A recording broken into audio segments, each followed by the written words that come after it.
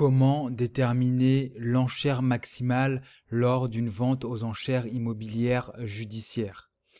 Aujourd'hui, je vais répondre à cette question qui revient assez souvent et mon objectif, c'est vous donner les fondamentaux qui vont vous permettre de déterminer cette enchère maximale. Sachez que cette vidéo va être assez compliquée, assez technique et pour être transparent, je pense qu'il y a très peu de gens qui connaissent les différentes méthodologies pour déterminer parfaitement l'enchère maximale à ne pas dépasser. Avant d'aller plus loin, j'aimerais vous inviter à vous abonner à cette chaîne, à liker la vidéo et surtout à partager ce contenu afin d'aider vos amis, vos collègues à mieux maîtriser les ventes aux enchères immobilières judiciaires.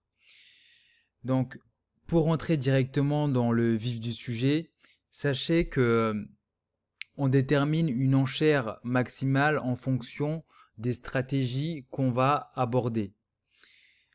J'ai déjà fait une vidéo sur les différentes stratégies qu'on peut avoir lors des ventes aux enchères immobilières. Donc, il y en a deux pour faire court. Donc, il y a l'achat-revente et la location. En fonction de ces stratégies-là, en fait, on va utiliser différents leviers pour déterminer l'enchère maximale. Commençons par l'achat-revente. Donc, qu'est-ce que c'est que l'achat-revente? Pour faire un rappel assez bref, c'est aller aux enchères, miser sur un bien, l'acheter, le rénover et le revendre et encaisser la plus-value. Donc, dans ce cadre-là, comment faire pour déterminer le juste prix?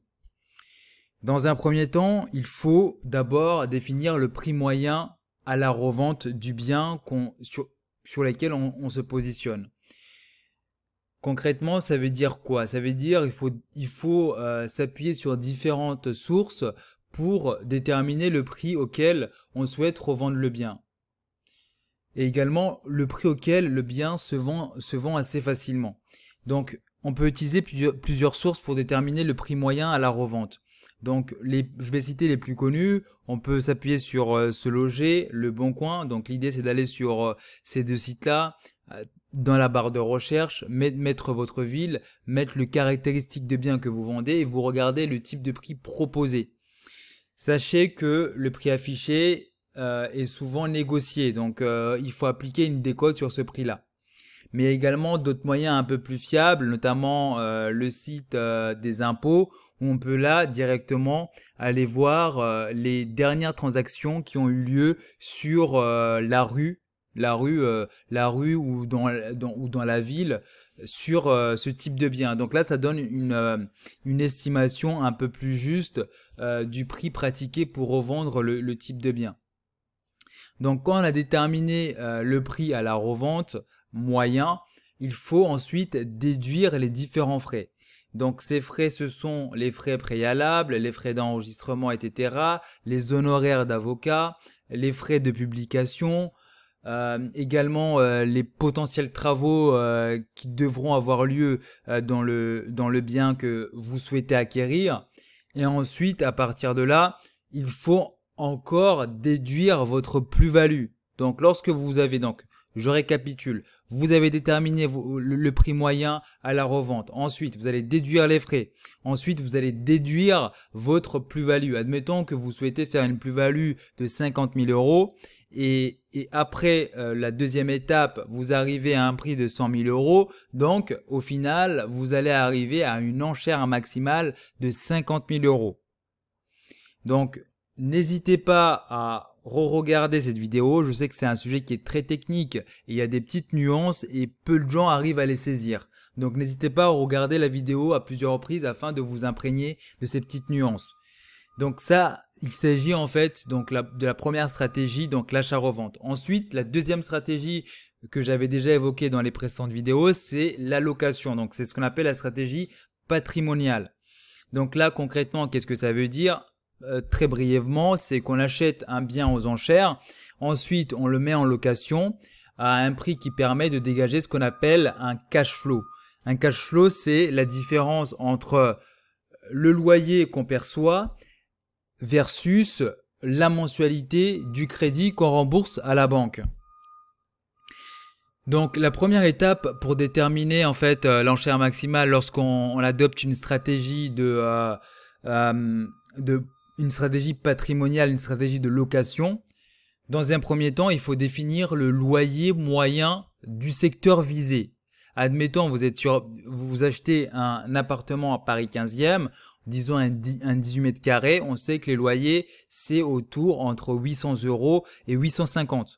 Donc, à partir de là, donc on a défini notre loyer moyen. Donc là aussi, il y a plusieurs méthodes pour déterminer ce loyer moyen. Donc, vous pouvez très bien aller sur Se Loger, Le Bon Coin, etc. pour vous faire votre petite moyenne.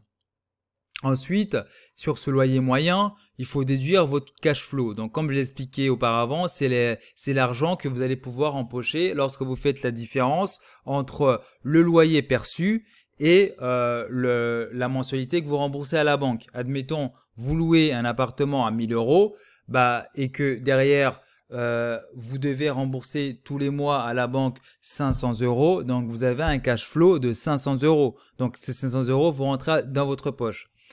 Ensuite, donc vous savez que vous voulez un cash flow, vous avez déterminé votre cash flow. Ensuite, sur la base du loyer moyen moins le cash flow, vous allez obtenir finalement la mensualité que vous devrez rembourser à la banque. Donc la mensualité du crédit que vous devrez rembourser à la banque. Et donc sur la base de cette mensualité, il faut aller sur les sites de type meilleur taux pour calculer le montant maximal qui vous permettrait de payer cette mensualité-là. Donc, à titre d'exemple, si je vais faire la démo en ligne directement. Donc là, je viens sur le site meilleur taux. Donc là, admettons que suite à mes calculs, donc le loyer moyen est de 1000 € et que je souhaite avoir un cash flow de 500 €. Donc là, je vais la mensualité que je ne devrais pas dépasser pour respecter ces critères, c'est 500 €. Donc là ici, je rentre 500 € et donc je souhaite en fait rembourser le prêt sur 25 ans, admettons, à un taux autour de on va dire 1,5 et avec un taux d'assurance pour le remboursement de 0,36. Donc là, je vais calculer le montant maximal auquel je peux emprunter. Donc là, je sais que si je prends ces critères-là, je ne pourrai pas dépasser une enchère équivalente à 100 000 je peux pas dépasser autour de 100 000 € parce que derrière, il va falloir aussi retrancher finalement les différents frais par rapport au montant maximal calculé. Donc là, comme on vient de le voir, donc là, on est autour de 100 000. Là, sur ce prix-là, il faudra, pour avoir le montant exact auquel on pourra enchérir, il faudra retrancher les frais, les différents frais, donc notamment les frais préalables, les honoraires d'avocat, les frais d'enregistrement, etc. Et donc là, vous allez obtenir à la fin le montant auquel vous ne pourrez pas aller au-delà. Donc là, par rapport à ces caractéristiques-là qu'on vient de rentrer, donc là, je pense qu'on ne pourra pas aller au-delà de 98 000 € sur cette enchère-là, si admettons on veut garder ces critères-là. Donc, comme vous pouvez le voir, c'est un sujet qui est assez complexe. Je sais que vous venez juste de regarder cette vidéo, vous n'avez peut-être pas tout saisi. Ce que je vous recommande, c'est de regarder cette vidéo plusieurs fois. Et si vous avez des questions, n'hésitez pas à les poser en commentaire directement et je serai ravi d'y répondre. Les informations que je partage sur cette vidéo, ça va vous permettre d'aborder les enchères de manière sereine et d'être en mesure d'éviter de vous laisser emporter par le jeu des enchères et acheter un bien au-dessus des prix du marché ou acheter un bien avec une plus-value qui est très faible. Donc si vous suivez bien ces conseils, ces différentes méthodologies, vous allez très bien vous en sortir. Donc on arrive à la fin de cette vidéo, j'espère qu'elle a permis de répondre à de nombreuses questions que j'ai reçues. En tout cas, pour moi, c'était un plaisir de partager ces informations.